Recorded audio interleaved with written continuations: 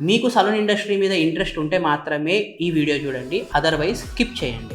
చాలామంది కస్టమర్స్ అంటారు, అసలు మీరు హెయిర్ కట్ ప్రైస్ ఎందుకు పెంచుతారు, అసలు మీరు ఏం వాడుతున్నారు?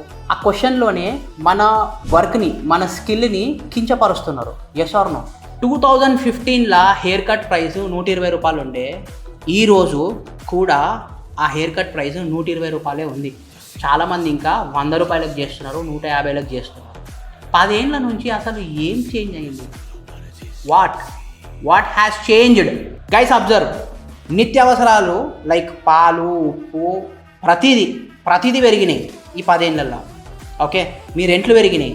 స్టాఫ్ బేసిక్ వేజెస్ ఒకప్పుడు 12,000కు వచ్చేటోళ్ళు ఈరోజు 18,000 ఇస్తే కానీ రానంటున్నారు.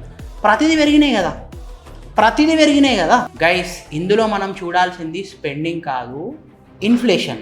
ప్రతి సంవత్సరము on an average 5 to 6% or 7% on an average inflation జరుగుతుంది.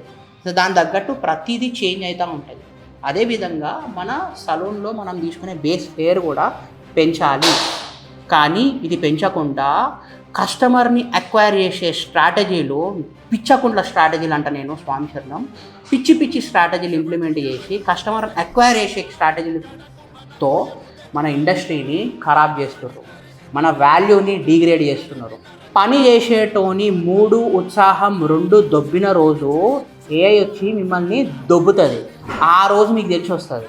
కామెంట్ సెక్షన్లో కామెంట్ చేయండి, నేను ఏమైనా గలత్ మాట్లాడండి. నేను మీ వికాస్ రాచకొండ ట్రై చేస్తున్నా ఈ అన్ఆర్గనైజ్ ఇండస్ట్రీని ఆర్గనైజ్ చేయడానికి. Thank you so much.